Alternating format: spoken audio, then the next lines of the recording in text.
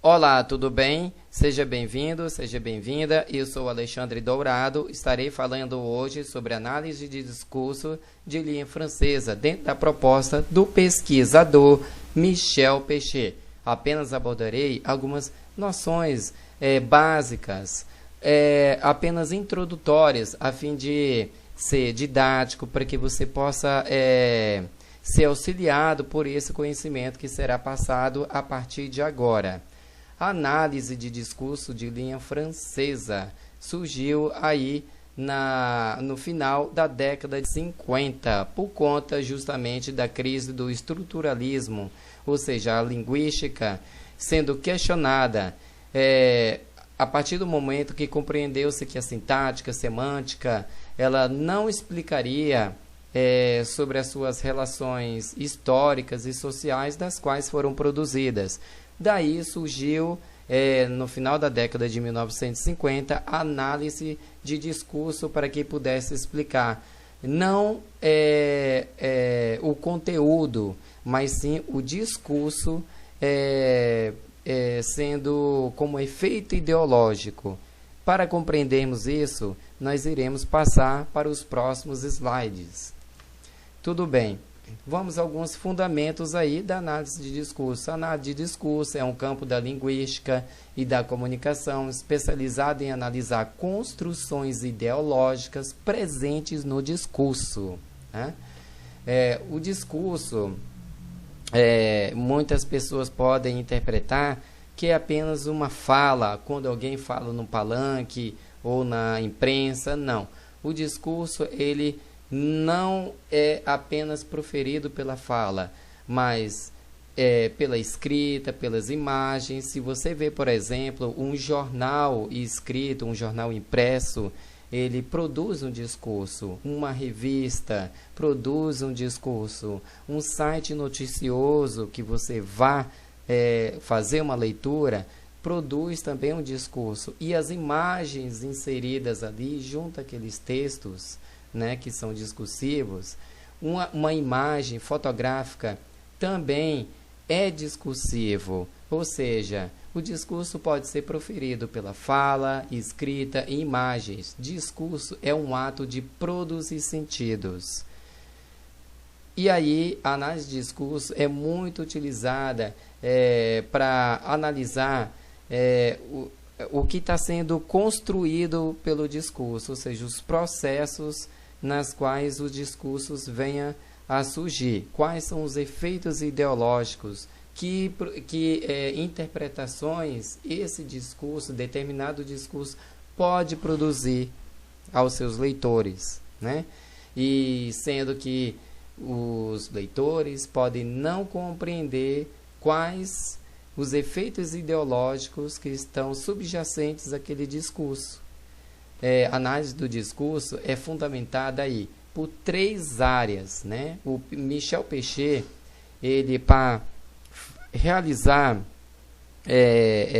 a questão da teoria da análise de discurso, ou seja, precisou de três pilares, né? Três teorias para que pudesse dar esse suporte da análise do discurso. Então ele veio fundamentar a sua proposta de análise de discurso através da teoria da linguística, a teoria do discurso, do materialismo histórico, sendo que ainda a análise de discurso ainda é ancorada pela psicanálise para explicar o inconsciente. Vamos aí a algumas considerações em relação à análise de discurso. É preciso que compreenda que linguagem, para que a análise de discurso viesse a surgir, seria necessário compreender que a linguística não é mais concebida como uma verdade absoluta para explicar os fatos, ou seja, que a linguagem não é mais concebida como um sistema de regras. O que quer dizer com isto, né? Não é que a linguística deixou de ser considerada, pelo contrário, faz até parte de um dos pilares, né? Vamos dizer, uma das teorias que sustenta a análise de discurso. Mas o que aqui quer dizer é justamente que passou a se ter um outro olhar pela linguística, que a linguística, a sintaxe, no caso, as normas gramaticais, né, as construções das frases, ainda não poderiam explicar o discurso.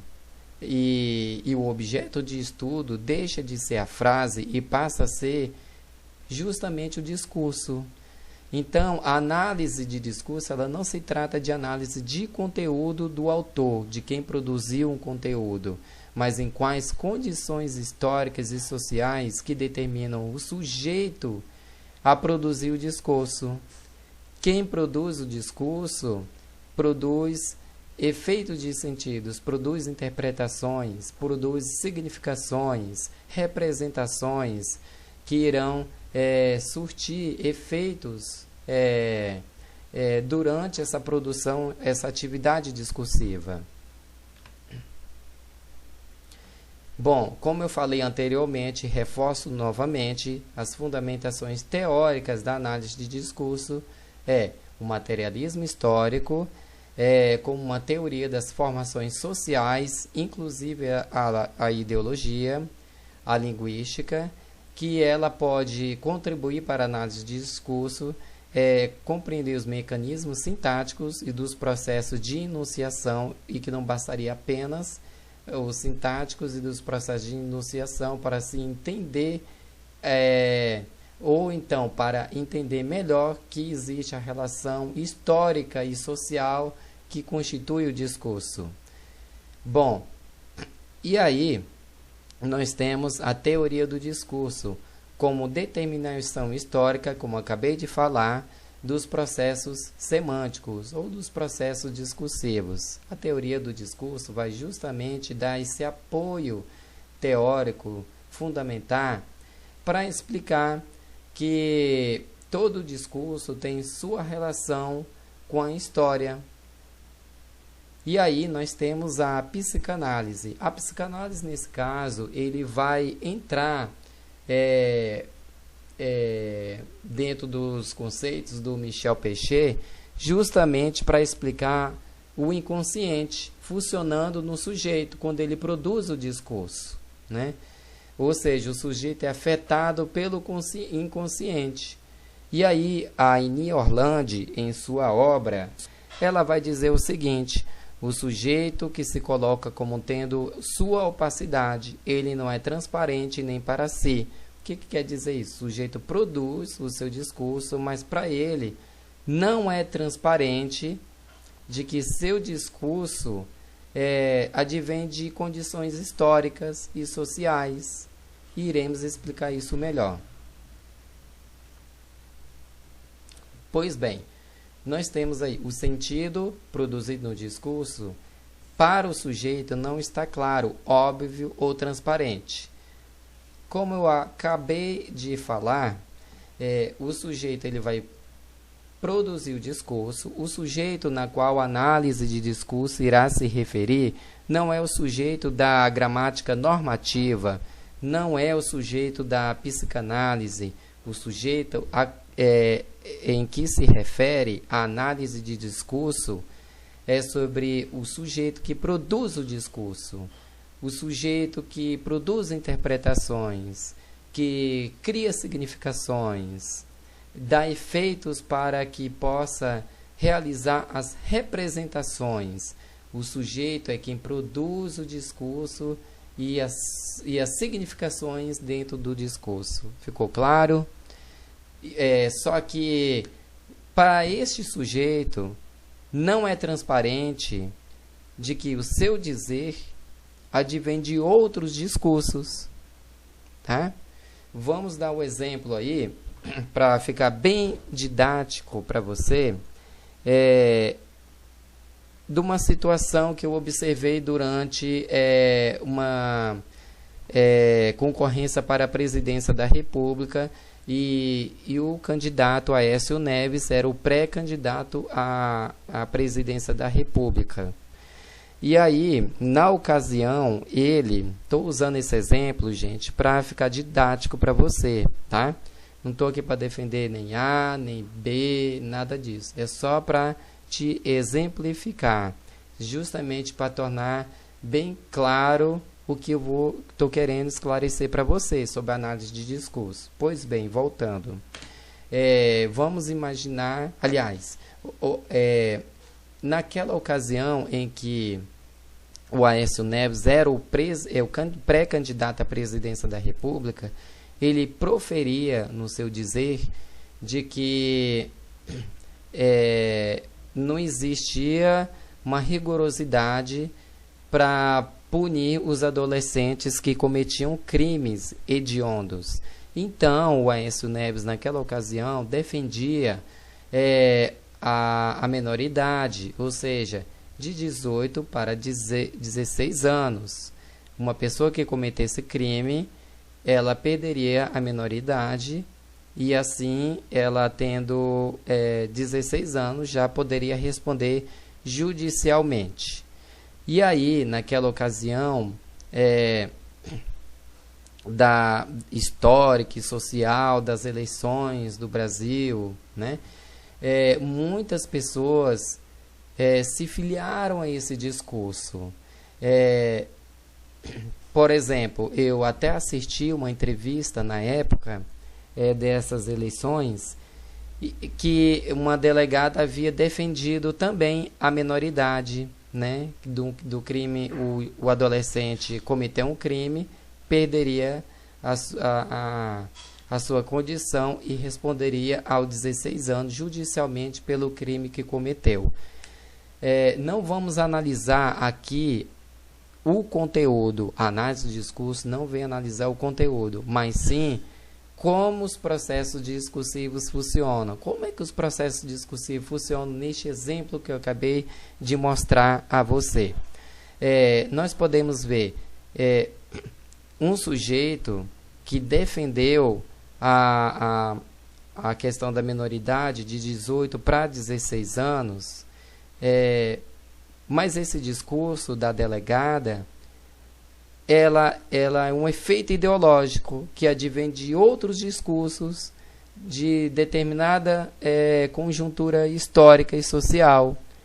Esse discurso, ela não reconhece que não se origina nela, mas é um interdiscurso, ou seja, ela repete um discurso anterior que já foi proferido por um candidato da presidência da República.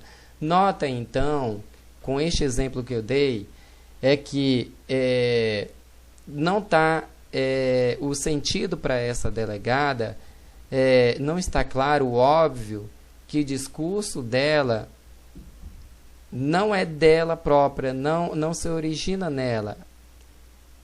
Pechet vai chamar isso de esquecimento. Esquecimento, para Michel Pechet, não é de você não lembrar, é de você não reconhecer que o seu dizer advém de outros discursos, de determinada condição histórica, contexto social histórico. Ficou bem claro? Então, é preciso considerar esta opacidade, ou seja, a intransparência deste discurso aí presente, né? A intransparência do discurso, no caso que eu citei da delegada, é de que ela produz o discurso, mas ela não reconhece, porque isso é inconsciente. É inconsciente. Ela produz como o discurso fosse dela própria. Mas o sujeito não é a origem do dizer. Espero que tenha ficado claro e vamos aprofundar um pouco mais sobre isso, tá? Vamos lá. Aí nós temos uma referência da obra Semântica e Discurso, uma crítica à afirmação do óbvio, do próprio autor Michel Pechet, né? Que esta obra publicada pela editora Unicamp de 1988. Mas existe já uma versão atualizada deste livro, tá? Quem quiser pode procurar o livro aí, Semântica e Discurso, de Michel Pechet. E aí, segundo Peixe, ele diz: o sentido de uma palavra, expressão, proposição não existe em si mesmo. Isto é, em sua relação transparente com a literalidade do significante, mas é determinada pelas posições ideológicas colocadas em jogo no processo sócio-histórico em que as palavras, expressões, proposições são produzidas. Olha só, muito interessante. O que o Michel Peixe quer dizer que, por exemplo, o sujeito, quando ele produz uma palavra, uma expressão, uma proposição, ela não existe em si mesmo, mas existe posições ideológicas sendo construídas nesse processo. Só que o sujeito não reconhece que o seu dizer tem relação com outros discursos de uma determinada conjuntura histórica e social. O sujeito produz o discurso, mas o discurso ele é um efeito ideológico. Esse efeito ideológico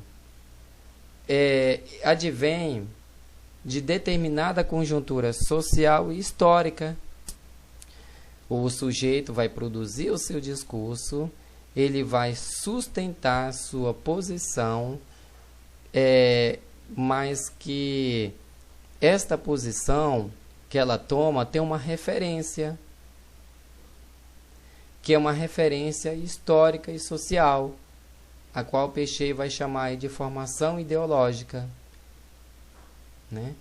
Então, o sujeito, ele produz a sua fala, o seu discurso, as palavras, as expressões, as proposições, e elas mudam as palavras, as proposições, mudam o sentido segundo as suas posições, né, que elas empregam. Mas elas não sabem que esse discurso, elas no momento não... É porque é inconsciente. É inconsciente porque é um efeito ideológico funcionando no sujeito. Olha só que interessante. Vamos falar agora o que é formação, formação ideológica, para ficar bem claro para você, tá? Formação ideológica, condições de produção, tá? Vamos fazer o seguinte. Vamos pensar que existe a nossa sociedade, o contexto histórico, o contexto social, e todo o nosso dizer, todo o seu discurso, eles são constituídos por essas relações que você tem com o contexto social e histórico. Ou seja, o sujeito ele produz o seu discurso, mas não sabe que seu discurso advém de suas relações, de outros discursos produzidos historicamente dentro de uma conjuntura social. O discurso, vou deixar bem claro para vocês o seguinte: o discurso ele pode ter em vários grupos da sociedade, tá? Existe o discurso dos ambientalistas, o discurso dos sindicalistas, o discurso dos professores, o discurso dos médicos, o discurso dos taxistas, né? Então, quando um taxista defende os seus direitos, vamos dar este exemplo, ele está repetindo o discurso de outros discursos que circulam dentro do grupo dele, dentro do contexto histórico e social. Então, todo o dizer dele teve condições de produção. Quais foram as condições de produção? Foram todos aqueles discursos nas quais ele se filiou dentro do contexto histórico e social na qual ele pertence. Esta imagem que nós estamos vendo aqui de uma mão, vamos dizer aí, vamos supor, esta mão é a mão que produz um discurso. E aí, embaixo, nesta imagem, nós estamos observando outros sujeitos se filiando ao mesmo discurso. Você percebe que tudo uma relação de força, relações de filiações ideológicas nesta imagem. Nós temos um sujeito que produz o discurso e esse discurso ele é interpretado por outros sujeitos e que esses sujeitos vão ainda repetir esse mesmo discurso que está sendo interpretado por eles. Tá? E aí? Ficou claro? Ou seja, vamos imaginar aí estas pessoas, não vamos nos referir a pessoas, mas sujeitos. Sujeitos porque é o termo usado por Michel Pechet na análise de discurso. Tá? Lembrando que o sujeito, para Michel Pechet, não é o sujeito da gramática normativa, não é o sujeito da psicanálise. Tá? O sujeito, para Michel Pechet, é aquele que produz o discurso, sendo que ele não sabe que o seu discurso é constituído por outro discurso. E é isto que esta imagem vem nos representar neste momento. É um sujeito produzindo o discurso e outros sujeitos interpretando esses discursos, né? E um desses sujeitos aí que está lendo o jornal, ele vai produzir o seu discurso tendo como referência outros discursos nas quais ele se filiou ou nas quais ele se constituiu, tá? Sendo que isso é inconsciente. Esta imagem de estudo é uma relação de interdiscurso. Um sujeito fala e o outro repete, e um outro sujeito repete o que os outros anteriores disseram, e aí ocorre o interdiscurso. Tá? Então, quando um sujeito fala, ele se esquece, ou seja, ele não reconhece que o seu dizer advém de outros discursos, dentro de um contexto histórico e social. Tá?